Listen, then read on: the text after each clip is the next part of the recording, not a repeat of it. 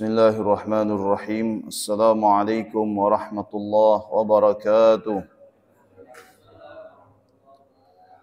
Nawaitu at-ta'alluma wat-ta'lim wal-ifadata wal-istifadah wa tadhakkura wa tadhkir wan naf'a wal-intifa' wal hatha 'ala tamassuki bi kitabillah wa sunnatir rasulillah wad dilalata 'ala al-huda wad du'a 'ala al-khair. Allahumma shalli 'ala sayyidina Muhammad al-fatih lima ughliq wal khatim lima sabaq ناصر الحق بالحق الهادي إلى صراطك المستقيم وعلى آله وصحبه حق قدره ومقداره العظيم سبحانك لا علم لنا إلا ما علمتنا إنك أنت العليم الحكيم رب اشرح لي صدري ويسر لي أمري وحل عقدة من لساني يفقه قولي وصلى الله على سيدنا محمد وعلى آله وصحبه وسلم والحمد لله رب العالمين.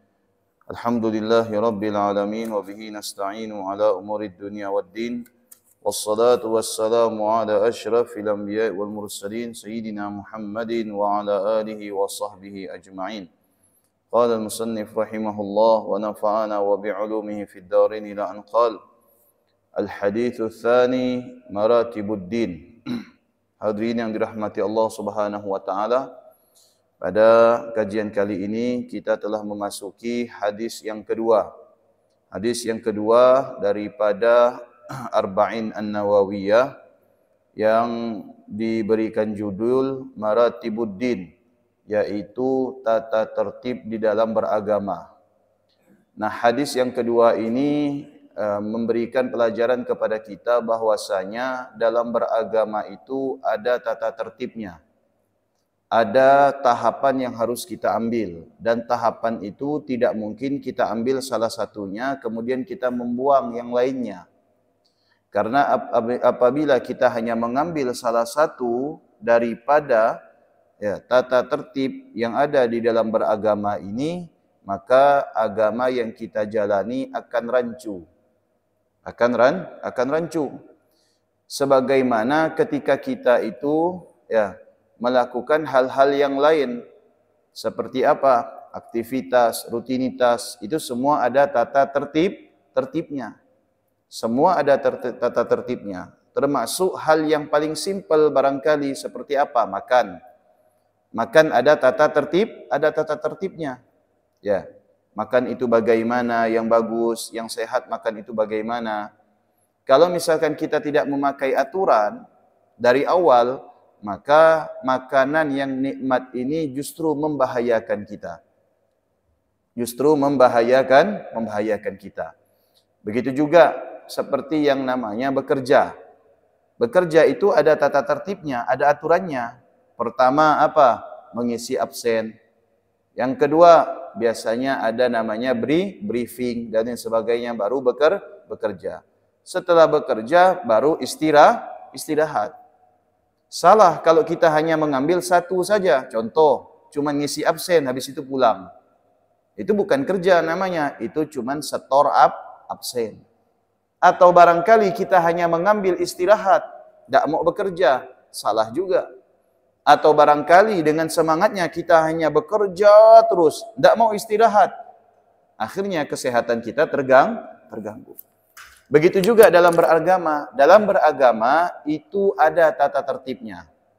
Ya, hadis ini menjelaskan tentang bagaimana bertata tertib di dalam beragama.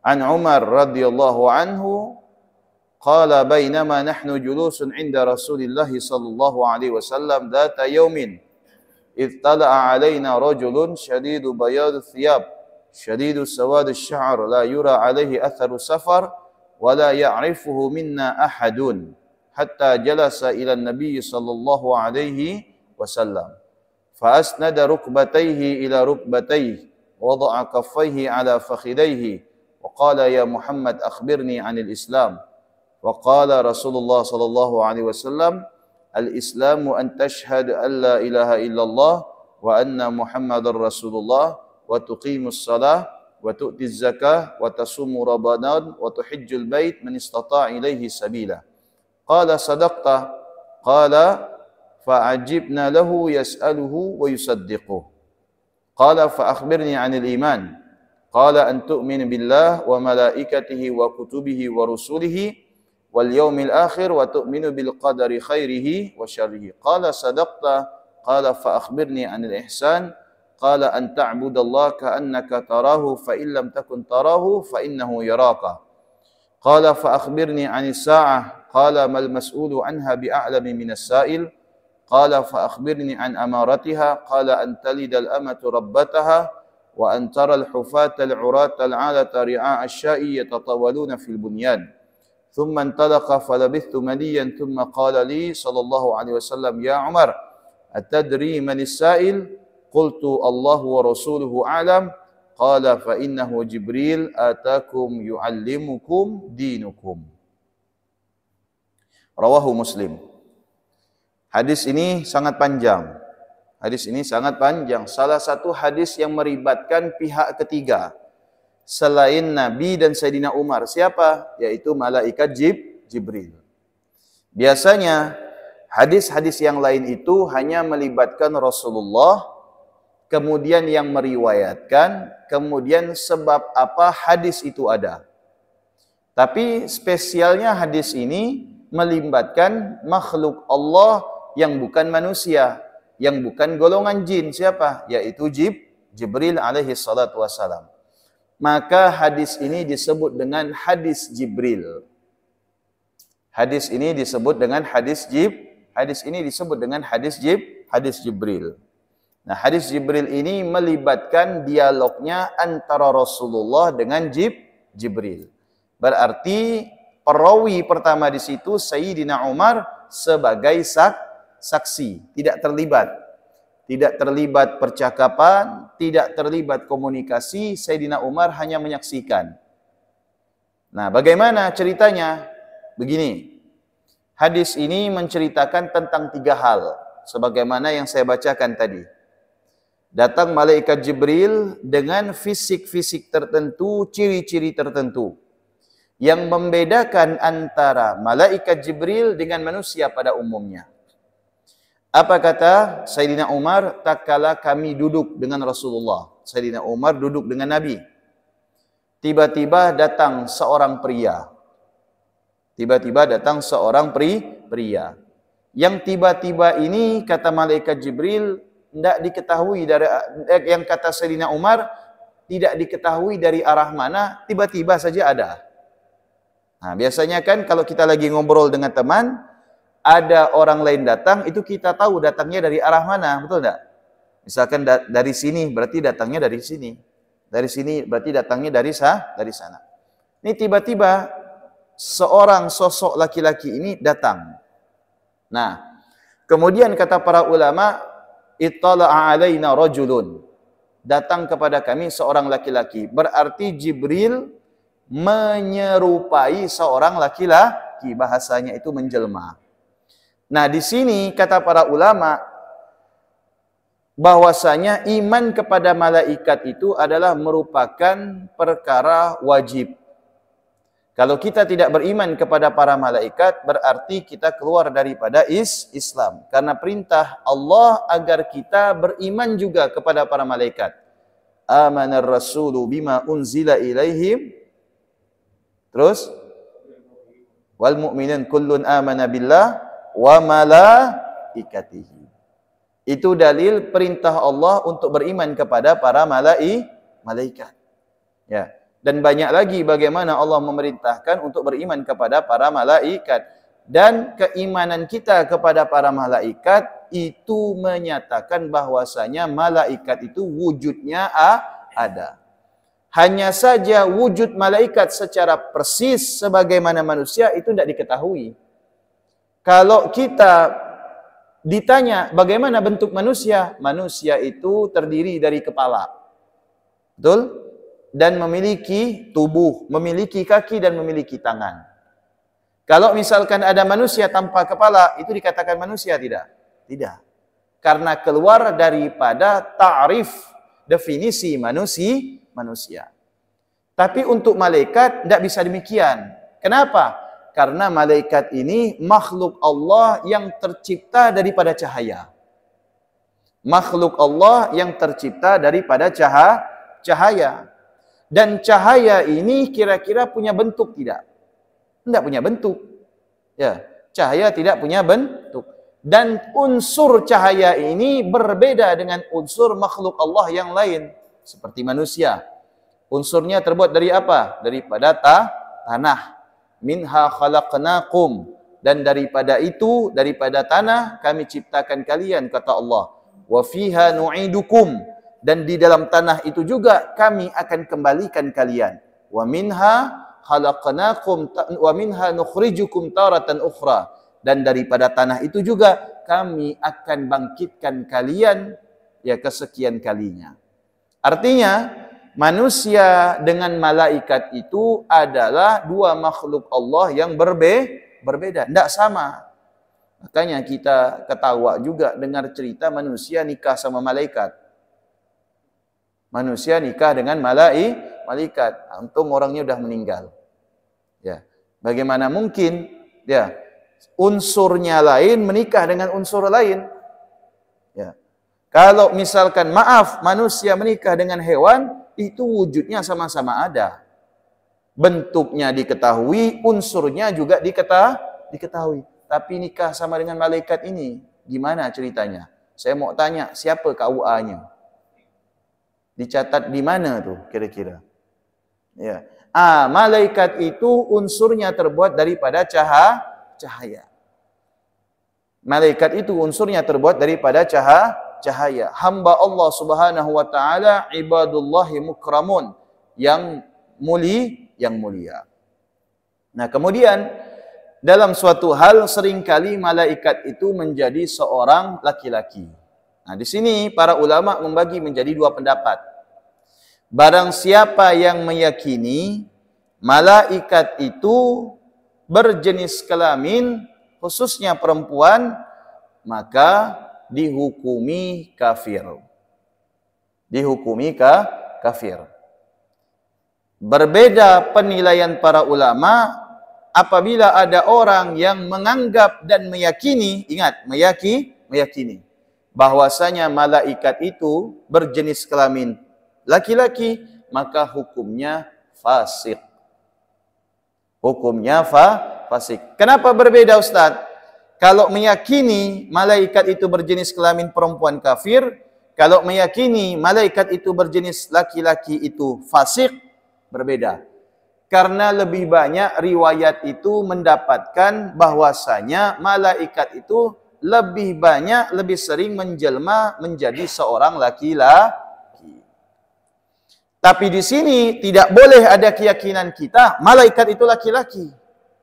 Karena malaikat itu tidak berjenis kelamin, tidak berketurunan, tidak bernasab. Berbeda dengan yang namanya manusia. Manusia beranak pinak, manusia berjenis kelamin, manusia makan dan minum. Tapi untuk makhluk Allah yang satu ini, malaikat tidak memiliki jenis kelamin, tidak beranak pinak, dan tidak menikah, dan tidak berketurunan. Itu yang membedakan malaikat dengan manusia. Ya, nah, makanya ketika ada yang meyakini bahwasanya malaikat itu perempuan, maka dia telah kafir. Barang siapa yang meyakini malaikat itu laki-laki, maka dia telah fasik. Fasik itu berdosa besar. Fasik itu berdosa besar. Jadi kita jangan mengentengkan sesuatu yang membuat kita fasik. Karena fasik itu imbasnya, resikonya akan mendapatkan dosa yang sangat besar. Nah, kemudian ya, malaikat itu lebih sering menjelma menjadi sahabat Rasulullah yang bernama Dihya Al-Kalbi. Menjadi sahabat Nabi Dihya Al-Kalbi. Kenapa? Karena Dihya ini memiliki fisik yang di atas rata-rata umumnya sahabat Nabi. Di atas rata-rata umumnya sahabat Nabi. Dan Dihya Al-Kalbi ini ya, wajahnya itu tampan, putih, tinggi, orangnya itu berwibawa. Pokoknya sudah kita tahulah yang namanya tinggi, putih, ganteng, itu sudah sempurna udah. Ya, Dihya Al-Kalbi. Malaikat Jibril seringkali menyerupai Dihya. Sehingga suatu kali ketika malaikat Jibril menyerupai sahabat Nabi yang bernama Dihya Al-Kalbi, para sahabat mengira itu Dihya, padahal itu adalah malaikat Jibril. Ternyata begitu sahabat pergi ke tempat lain, didapati Dihya Al-Kalbi lagi, maka sahabat itu bertanya, tadi kamu ada di sana, kok tiba-tiba kamu ada di sini? Kata Dihya, memang saya dari sini dari tadi. Oh, ketika itu ditanyakan Rasulullah, kata Rasulullah, itu adalah malaikat. Artinya kenapa malaikat harus menjelma menjadi seorang manusia ketika berinteraksi dengan Nabi? Karena di situ ada orang lain. Di situ ada orang lain. Andai kata Rasulullah sendiri saja, itu malaikat akan datang kepada Nabi dengan wujud aslinya. Karena satu-satunya manusia yang dapat melihat langsung wujud asli malaikat, antara hal-hal ghaibiyat, perkara-perkara gaib, antara Nabi dengan perkara-perkara gaib, hal-hal ghaibiyat, itu oleh Allah sudah disingkap. Artinya tidak ada halangan antara Rasulullah dengan perkara yang gaib. Sementara selain Rasulullah, walaupun kelasnya para sahabat, itu oleh Allah tidak disingkap. Tabirnya, hijabnya, dan penghalang antara kita dengan hal-hal yang gaib, itu oleh Allah tidak dibuka, tidak disingkap. Kenapa? Andai kata disingkap, bisa-bisa tiap hari pingsan. Bisa-bisa tiap hari pingsan. Salah satu contohnya, bagaimana Nabi SAW melihat ketika Nabi setiap melewati yang namanya perkuburan, Nabi itu melihat bagaimana nasib orang yang berada di setiap kuburannya masing-masing. Makanya seringkali kita mendapatkan Nabi mampir di suatu kuburan, tiba-tiba berdoa. Nabi tiba-tiba memberikan di atas kuburan itu daun. Kemudian Nabi menyirami kuburan. Itu salah satu rahmat Nabi kepada penghuni kubur, agar penghuni kubur itu diberikan rahmat oleh Allah. Kata Nabi SAW, andai kata kalian semua oleh Allah dibuka penglihatan kalian dan melihat apa yang ada di dalam kubur, niscaya kalian tidak akan pernah tertawa dan setiap hari kalian akan menangis. Nah, inilah keistimewaan Nabi. Tapi untuk dialog malaikat Jibril dengan Nabi pada saat itu, yang mana di sisi Nabi ada sahabat, maka malaikat Jibril berusaha untuk menjelma menjadi seorang manusia. Kenapa? Kalau Jibril menampakkan wujud aslinya, tuh Sayyidina Umar bisa-bisa pingsan. Makanya kita ini termasuk orang yang sulit menerima apabila ada orang yang sangat mudah mengaku melihat malaikat. Ya, sikit-sikit cerita kepada muridnya. Tadi malam saya lihat malaikat. Tadi subuh lihat lagi malaikat. Tadi pagi lihat lagi malaikat. Suka benar lihat malaikat. Ya, nah itu perkara yang aneh menurut kita. Ya, kenapa? Karena malaikat tidak akan menampakkan wujud aslinya kecuali kepada baginda Nabi Muhammad SAW. Jangankan untuk kelas malaikat, kelas jin saja itu tidak ditampakkan wujud aslinya di hadapan kita. Adapun hal-hal perkara-perkara yang gaib, yang barangkali ada di antara kita yang nampak, itu bukan ditampakkan yang aslinya. Andai kata jin itu menampakkan wujud aslinya, maka kita semua ini akan pingsan. Jelas Pak? Jelas Bu ya? Nah, artinya perkara malaikat ini adalah termasuk daripada yaitu ghaibiyat, perkara hal-hal gaib yang wajib kita imani. Perkara gaib itu seperti apa sih Pak? Seperti ini Pak. Perkara gaib itu yang tak tampak dengan mata tapi kita percaya. Kan biasanya kita percaya kalau sesuatu itu nyata, betul tidak? Kita percaya dengan yang namanya buku, karena buku ini nyata, ada di depan kita. Kita percaya dengan yang namanya misalkan pepohonan, karena pepohonan itu nyata. Tapi masalah ini yang tidak nyata, kira-kira kita ini percaya tidak? Wajib percaya. Hukumnya wajib. Apa kata Allah Subhanahu wa taala? Alladzina yu'minuna bil ghaibi wa yuqimuna as-salata wa mimma razaqnahum yunfiqun di awal surah Al-Baqarah. Ciri orang yang bertakwa itu adalah orang yang percaya terhadap perkara-perkara gaib yang tidak tampak dengan mata, yang tidak bisa dilihat dengan mata. Apa mungkin Ustaz? Oh, sangat mungkin sekali. Contohnya, percaya enggak dengan adanya nyawa? Percaya Pak? Bisa tunjukkan kepada saya nyawa itu kayak apa? Ya, enggak bisa. Percaya tidak dalam tubuh kita ini ada nyawa? Percaya? Di mana letaknya? Tidak ada yang tahu. Tapi ada kan? Nyata kan? Ya itu. Itu termasuk perkara-perkara gaib yang wajib kita imani. Nah, malaikat ini datang kepada Nabi SAW. Bagaimana fisiknya? Sayyidina Umar ini mengenali banyak orang. Tapi dalam hal ini, apa yang disampaikan oleh Sayyidina Umar itu seakan-akan apa? Tidak pernah Sayyidina Umar melihat orang semacam ini. Apa ciri-cirinya? Kata Sayyidina Umar, ya, orang ini, ya, ciri-cirinya sangat putih. Syadidu bayat. Sangat putih. Biasanya memakai kalimat baydun, sudah cukup putih. Tapi kalau sudah pakai syadid, itu berarti sangat putih. Lalu biasanya kita ketemu orang, misalkan ketemu orang Afrika.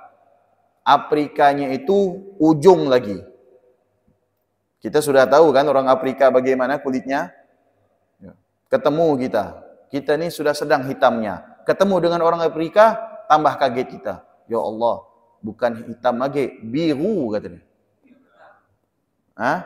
Bukan hitam legam. Hitam legam itu masih mending. Biru.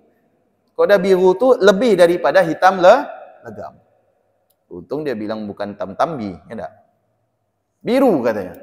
Nah, ini menunjukkan bahwasanya ya hitamnya itu kelewatan. Begitu juga dalam hal ini ketika malaikat Jibril itu tampil sebagai seorang laki-laki, apa kata Sayyidina Umar? Putihnya kebangetan, itu istilahnya.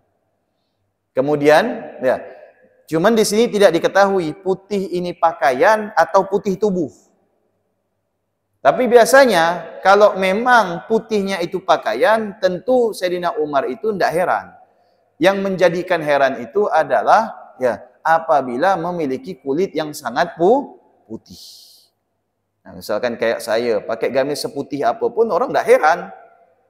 Ya, karena memang gamis yang itu warna putih.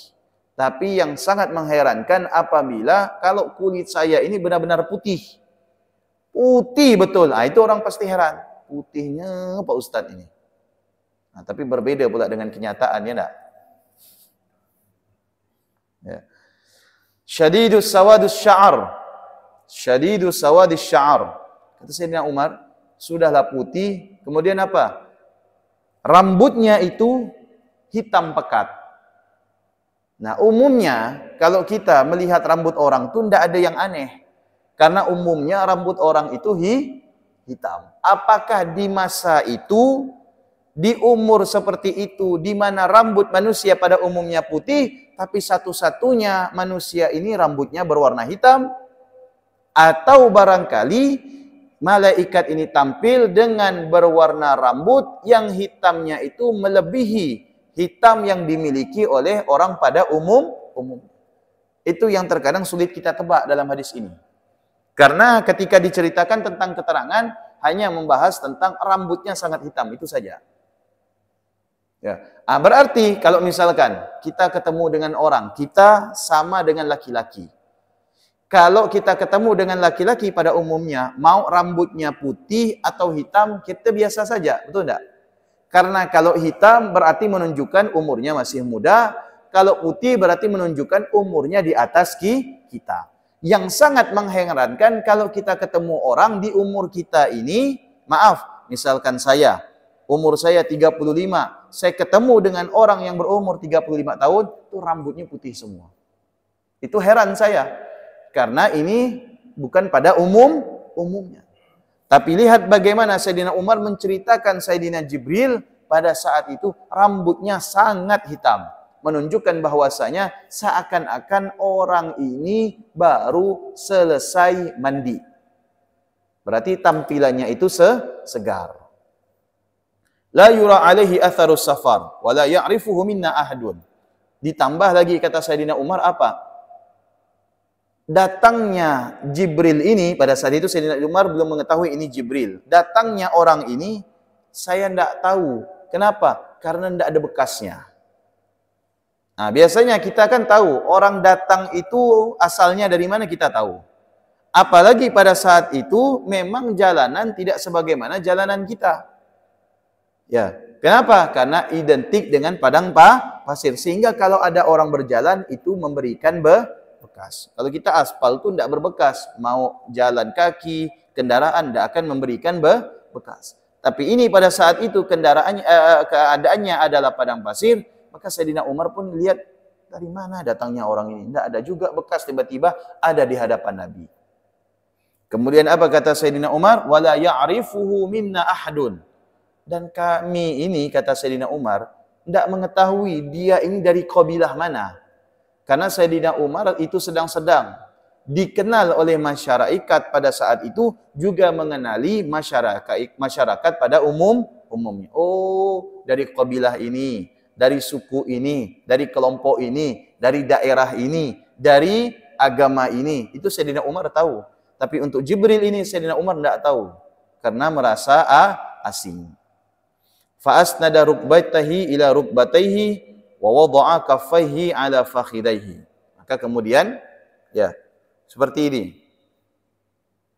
Nanti duduk sini. Duduk. Nah, duduk. Hadap ya. Jadi begini. Fa'asnada rukbatayhi. Malaikat Jibril ini datang, tiba-tiba, ya, tanpa kalam, tanpa salam kepada Sayyidina Umar, langsung menghadap kepada Nabi. Ini sahabat Nabi jarang sekali kalau berbicara dengan Nabi, menghadap Nabi, jarang. Karena para sahabat terkadang kalau berbicara dengan Nabi, kumpul dengan Nabi, itu tidak duduk di hadapan Nabi. Karena merasa kurang sopan. Duduk di sampingnya Nabi seperti ini. Duduk di samping Nabi. Ya, kenapa? Karena begini, kalau duduk di hadapan Nabi khawatir menghalangi pandangan Nabi. Khawatir menghalangi pandangan Nabi. Yang kedua, khawatir sahabat ini ketika duduk di depan membuat Nabi itu merasa kurang nyaman. Karena yang dipandang ya diri dia terus. Ya kayak kita ngumpul, coba gak kau sana sikit, malah kawi aku pandang nih gitu. Ya kan? Ada timbul semacam kejenuhan dan kebosanan. Sahabat pada umumnya kalau duduk dengan Nabi itu duduk di samping Nabi. Duduk di samping Nabi karena Nabi itu menerima yang namanya tamu terkadang.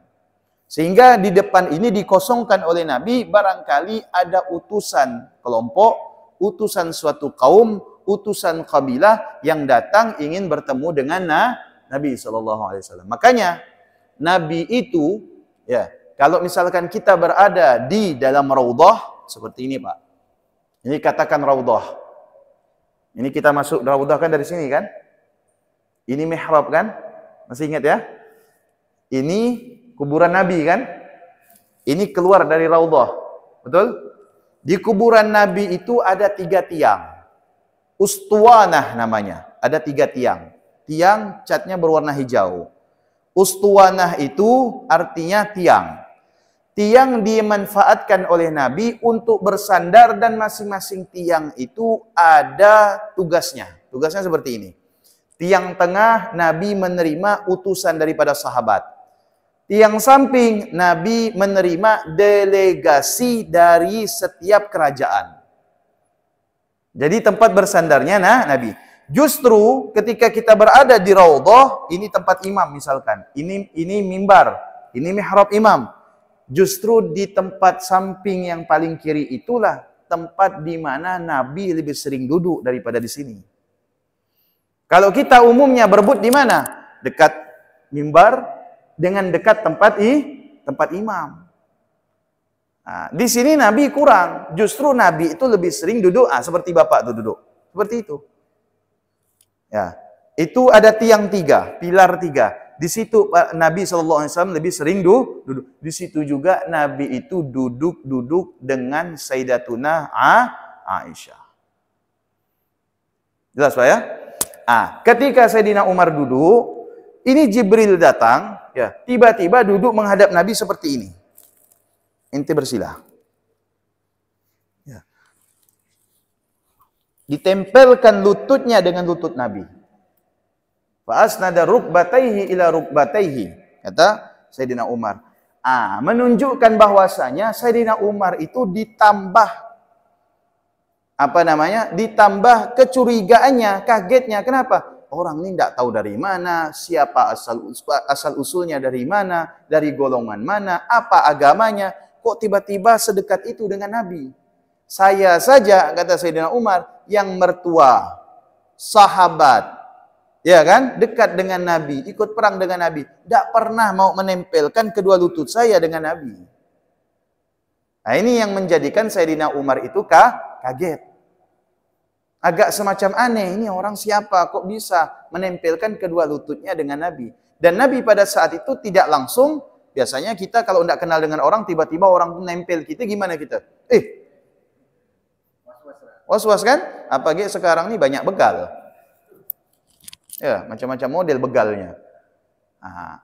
Kaget kita, ini orang tidak kenal, siapa asal usulnya, kita akan kaget. Tapi dalam hal ini, Nabi itu tidak canggung, biasa. Berarti menunjukkan sekali lagi yang mengetahui malaikat itu atau tidak adalah Nabi. Dan kita, ya manusia tidak mengetahui apakah itu malaikat atau bukan. Bahkan sekelas Sayyidina Umar pun sekalipun, yang kata Nabi, syaitan itu lari terbirit-birit apabila masuk satu gang, yang mana di gang tersebut dilalui Sayyidina Umar. Itu Sayyidina Umar masih belum tahu malaikat atau bukan. Yang mengetahui malaikat secara persis itu adalah Nabi SAW. Disandarkan kedua lututnya kepada Nabi. Kata para ulama apa? Menunjukkan kedekatan antara Jibril dengan Nabi kita Muhammad SAW. Jarang-jarang Jibril itu ketika datang kepada suatu utusan Rasul atau Nabi melakukan yang semacam ini.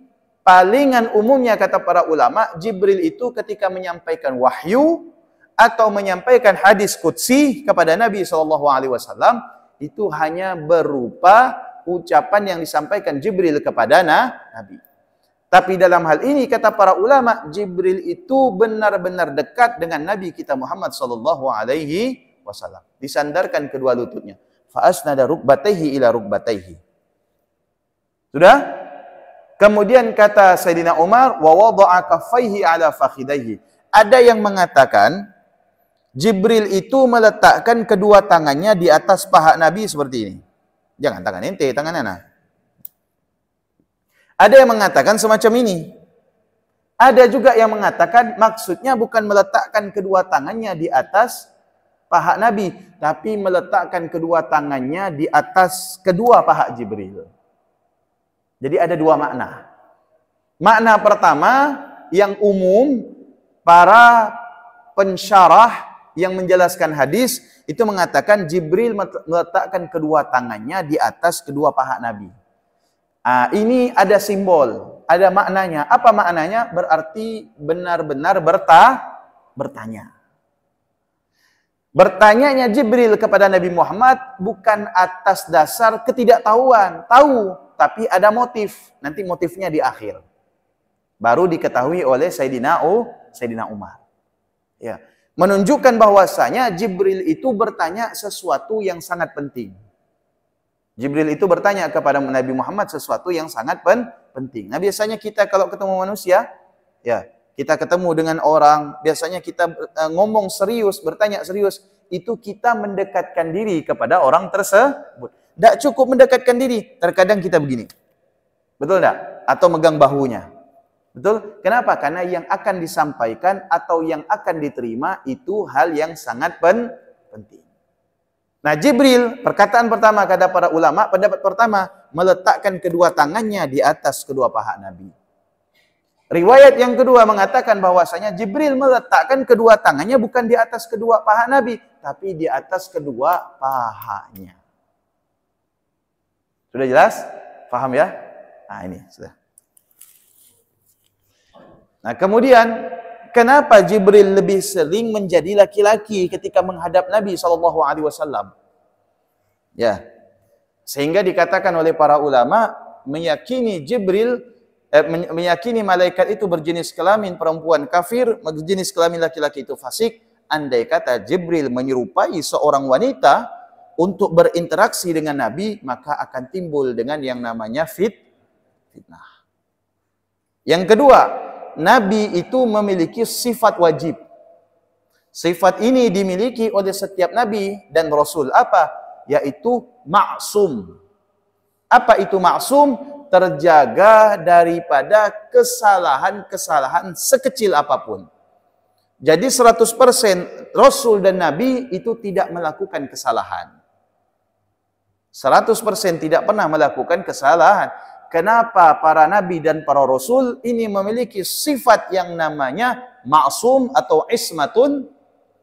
Karena setiap apa yang dilakukan oleh Nabi akan menjadi syariat bagi umatnya. Makanya kemungkinan kecil sekali, bahkan tidak ada, Nabi itu melakukan kesalahan. Kalau sampai melakukan kesalahan, akan menjadi syariat bagi umat, akan diikuti oleh umatnya. Andai kata Jibril menjadi seorang perempuan dan duduk seperti itu di hadapan Nabi, otomatis saya akan ikut itu. Apa yang terjadi? Terjadilah yang tidak diinginkan untuk terjadi. Naudzubillah. Disinilah kita harus meyakini bahwasanya resiko untuk berbuat salah, ya, itu sangat kecil bagi siapa? Bagi para nabi dan para rasul. Kenapa? Karena mereka semua makhluk Allah yang mulia memiliki sifat maksum, terjaga daripada kesalahan-kesalahan sekecil apapun. Ini penjelasan yang pertama. Wallahu a'lam bissawab. Ada yang mau ditanyakan? Waalaikumsalam warahmatullahi wabarakatuh.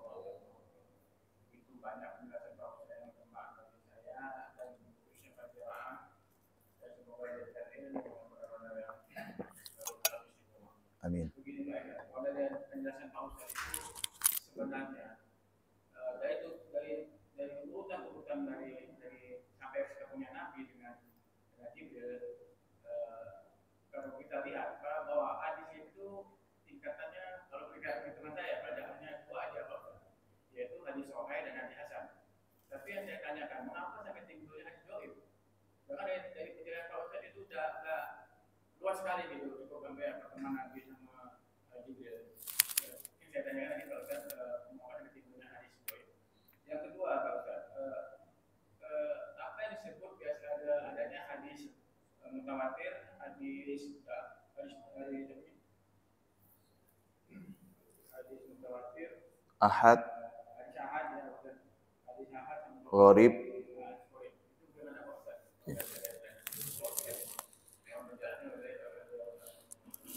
Waalaikumsalam warahmatullahi wabarakatuh. Begini Pak, timbulnya hadis dhaif itu bukan dari Nabi. Karena semua hadis yang pada saat itu beredar di zaman Nabi dan di zaman para sahabat itu semua statusnya adalah sahih.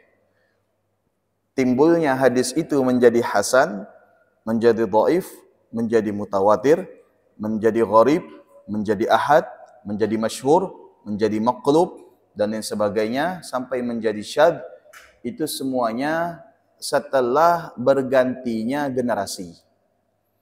Saya kasih contoh begini Pak, cerita ketika di hari kemerdekaan. Hari kemerdekaan itu kan cerita, ya kan? Kita tahu kejadian yang akhirnya menjadi cerita. Kira-kira orang yang menceritakan sekarang ini, ya, tentang kejadian pasca kemerdekaan negeri Indonesia persis tidak? Tidak. Ada yang ditambahi, betul tidak? Ketika ada penambahan ini berubahlah statusnya. Cerita asli dengan katanya. Betul tidak? Cerita asli dengan katanya. Ini cerita asli enggak? Katanya. Katanya berarti kita timbang-timbang lah. 50% percaya, 50% tidak. Tapi kalau misalkan katanya ini asli, Dari mana ente bilang asli? Saya sendiri yang menyaksikan. Saya yang mengalami. Berarti asli. Tapi kalau misalkan ini saya dengar dari orang. Terus orang ini pun saya tidak tahu gimana gak orangnya katanya. Benar atau enggak nih? Berarti ini pandai-pandailah kita nimbangnya. Seperti itu Pak. Jadi timbulnya hadis itu hasan, dhaif bukan karena Nabi, tapi karena para perawinya. Dan kemudian kenapa bisa timbul dhaif? Timbul dhaif ini ada dua sebab. Sebab pertama karena timbul oleh hal-hal yang dilakukan oleh perawi hingga menjadikan hadis itu lemah. Contoh, Imam Bukhari ingin mengambil hadis. Imam Bukhari dengar ada orang ya dari generasi salaf. Generasi salaf itu tabi'in. Generasi tabi'in yang hidup setelah generasi tabi'in. Seperti siapa? Para imam-imam madhab. Karena imam-imam hadis itu lahir setelah wafatnya imam madhab. Datang dia ke salah satu imam madhab misalkan. Dia datang, dia dengar kalau ini ada meriwayatkan hadis. Dari siapa? Dari tabi'in. Tabi'in dari sahabat Nabi. Datang Imam Bukhari kepada orang ini. Ketika datang, Imam Bukhari bertanya, saya mendengar bahwasanya Anda meriwayatkan hadis. Ya betul. Hadis tentang apa? Hadis tentang ini. Oh, jadi saya mendapatkan dari ini. Ini dari ini. Terus dari Rasulullah SAW, Rasulullah SAW bersabda, disebutkan hadisnya. Oke, diterima oleh Imam Bukhari. Sampai di situ belum. Imam Bukhari lacak dulu, benar enggak orang ini perawi hadis? Lacaknya dari mana? Pertama, bagaimana kehidupan orang ini? Kalau misalkan hidupnya sebagai tukang merampok, misalkan dia tanya di kampung itu, orang ini bagaimana? Tidak usah percaya Pak Imam. Misalkan Imam Bukhari dibilangkan, tidak usah percaya, nggak pula. Lebih banyak merampok daripada benarnya. Ini berarti hadisnya bukan dhaif lagi, bisa hadisnya kadzab, berbohong. Atau hadisnya maudhu, palsu. Seperti itulah terjadinya suatu hadis, statusnya hadis. Ada yang semacam ini Pak. Contoh misalkan, ada satu hal yang membuat hadis itu dhaif. Apa? Contoh, misalkan Imam Bukhari datang kepada saya, ingin meriwayatkan hadis. Imam Bukhari tanya kepada saya, apa antum meriwayatkan hadis? Ya, saya meriwayatkan hadis. Hadis tentang apa? Hadis tentang adab. Apa bunyinya? Ini. Oh, Imam Bukhari mikir, oh ini belum saya riwayatkan. Saya catat. Tiba-tiba saya berdiri, kemudian saya minum. Minum dalam keadaan berdiri. Misalkan, padahal saya bisa duduk. Semestinya saya duduk dan memungkinkan saya untuk duduk pada saat itu. Maka Imam Bukhari kemudian akan menilai saya, oh ini dhaif. Kenapa? Merawikan hadis, tetapi tidak melakukan sunnah. Karena tuntutan orang yang menghafal hadis itu besar. Makanya Imam Bukhari, pernah tidak saya ceritakan ketika naik kapal membuang emasnya? Pernah kan? Kenapa Imam Bukhari lakukan itu semua? Untuk menjaga supaya tidak dikatakan sebagai pembohong. Bisa saja Imam Bukhari nyimpan emasnya, kemudian bilang apa? Saya tidak ada emas, karena demi keselamatan, dan itu boleh. Tapi Imam Bukhari tidak mau, karena beliau menyimpan hadis di dalam dirinya, tidak mau dicap sebagai pembohong. Andai kata perompak pada saat itu menggeledah Imam Bukhari, ternyata di dalam diri Imam Bukhari ada uang, sementara Imam Bukhari tidak mengaku kalau dia ada uang, maka akan dikatakan, kamu ini berbohong. Betul tidak? Kamu berbohong. Dan Imam Bukhari akan dicap semua yang diriwayatkan itu penuh dengan kedustaan. Makanya dia buang uangnya. Ketika ditanya oleh perompak, mana uangnya? Tidak ada memang. Karena secara kenyataan uangnya telah dibuang. Apa tujuan Imam Bukhari? Ingin menyelamatkan hadis yang ada di dalam dirinya. Kemudian apa perbedaan antara hadis masyhur, gharib, dan ahad? Mutawatir. Hadis mutawatir itu lebih tinggi derajatnya daripada hadis masyhur, gharib, dan ahad. Mutawatir ini diriwayatkan oleh mayoritas para sahabat dan tabi'in. Makanya disebut dengan mutawatir. Contoh, Rasulullah dikuburkan di kota Madinah. Di mana kota Madinahnya? Tepatnya di Masjid Nabawi. Betul? Ini mutawatir. Kenapa? Karena semua sepakat. Tidak ada yang mengatakan Rasulullah dikuburkan di Baitul Maqdis. Inilah disebut dengan kesepakatan semua para sahabat mengatakan Rasulullah dikuburkan di Masjid Nabawi. Kesepakatan semua para tabi'in mengatakan Rasulullah dikuburkan di di Masjid Nabawi. Tidak ada perselisihan. Ini disebut dengan Kalaupun di bawahnya seperti ahad, gharib dan lain sebagainya, itu hadis yang diriwayatkan ya para sahabat tidak lebih daripada 3 orang. Generasi sahabat tidak lebih dari 3 orang, generasi tabi'in tidak lebih daripada 3 orang. Kalau mutawatir diriwayatkan lebih daripada 3 orang. Generasi sahabat lebih dari 3 orang, generasi tabi'in lebih daripada 3 orang. Wallahu a'lam bissawab. Sudah? Mudah-mudahan bermanfaat dan semua ya. Ya.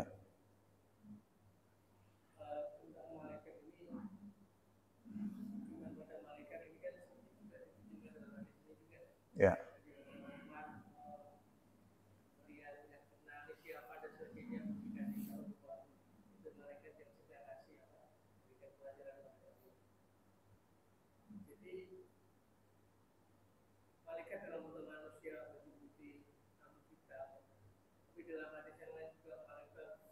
Iya. Iya.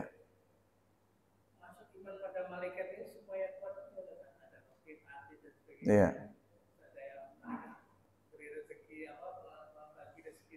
Ya. Jadi begini. Ya. Supaya kuat keimanan kita kepada para malaikat, yaitu tadi. Ini adalah perkara-perkara yang gaib yang harus kita imani keberadaannya walaupun itu tidak nyata. Hanya saja keimanan ini supaya mantap itu bukan pakai nalar tapi pakai hati. Karena kalau kita nalarkan sulit diterima. Ya, sulit diterima. Bagaimana mungkin saya ini diikuti oleh Raqib dan Atid sedangkan keberadaannya tidak ada. Sedangkan keberadaannya tidak kita rasakan. Ya, memang tidak kita rasakan secara jasmani, tetapi secara rohani kita merasakan. Bagaimana? Ketika kita melakukan kemaksiatan, itu terkadang dalam hati kita berkata, jangan lakukan. Betul tidak?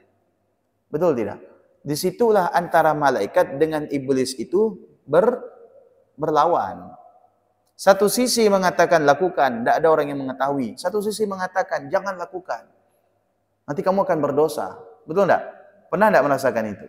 Disitulah fungsinya bagaimana kita itu mengimani malaikat.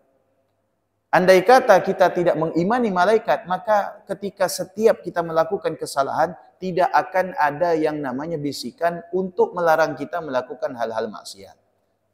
Langgar saja, terobos saja. Kenapa? Karena sudah terbiasa. Malaikatnya sudah kalah. Pengaruh malaikat dalam diri kita sudah dikalahkan dengan apa? Dikalahkan dengan nafsu, dikalahkan dengan syaitan. Namun apabila kita bangun ketaatan, maka di sini malaikat akan menjadi pemenang. Nah, setiap manusia itu oleh Allah ditugaskan malaikat untuk mencatat apa yang dia lakukan, apa yang dia ucapkan. Ma yalfadhu min qaulin illa ladaihi raqibun wa atid. Bagaimana Pak Ustadz menumbuhkan kepercayaan kita kepada para malaikat? Ya, bagaimana juga menumbuhkan kepercayaan kita kepada Allah. Itu saja. Karena malaikat itu adalah ciptaan Allah. Bagaimana menumbuhkan kepercayaan kita kepada Allah? Sama halnya. Ya, bagaimana kita percaya kepada Allah yang menghidupkan dan yang mematikan kita, sementara kita tidak melihat Allah. Nah, begitu juga dengan yang namanya malaikat. Kalau Rasulullah melihat langsung bagaimana wujud malaikat, itu adalah suatu keistimewaan yang diberikan oleh Allah kepada para Rasul. Adapun kita tetap meyakini bahwasanya malaikat itu ada. Malaikat itu ada. Jelas, Pak?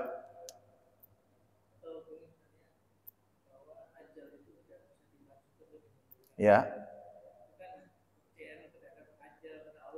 Ya.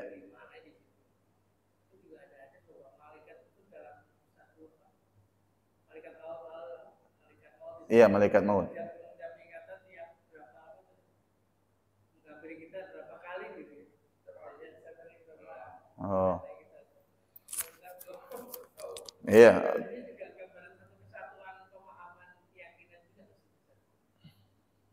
Gini Pak, kalau misalkan masalah ajal, la yastakhiruna sa'ata wa la yastaqdimun. Itu memang sudah ketentuan Allah. Artinya ketentuan Allah yang namanya mati itu ya sudah tidak bisa dirubah oleh apapun. Hanya saja ketentuan yang semacam ini ya oleh Allah Subhanahu wa taala adalah mutlak di bawah kekuasaan Allah. Malaikat itu hanya tugas. Malaikat itu hanya menjalankan tugas, yang menentukan adalah Allah. Lalu malaikat mendatangi kita setiap hari itu bagaimana? Begini Pak, malaikat mendatangi kita setiap hari itu bukan dimaknai malaikat itu harus mencabut nyawa kita. Ya, bukan dimaknai malaikat itu harus mencabut nyawa kita. Ada memang satu sisi dimaknai lain, bisa jadi memberikan peringatan kepada kita. Memberikan peringatan kepada kita. Karena ya, apa yang dialami oleh, kalau saya tidak salah, Nabi Allah Daud alaihi salatu wasalam itu pernah didatangi oleh malaikat.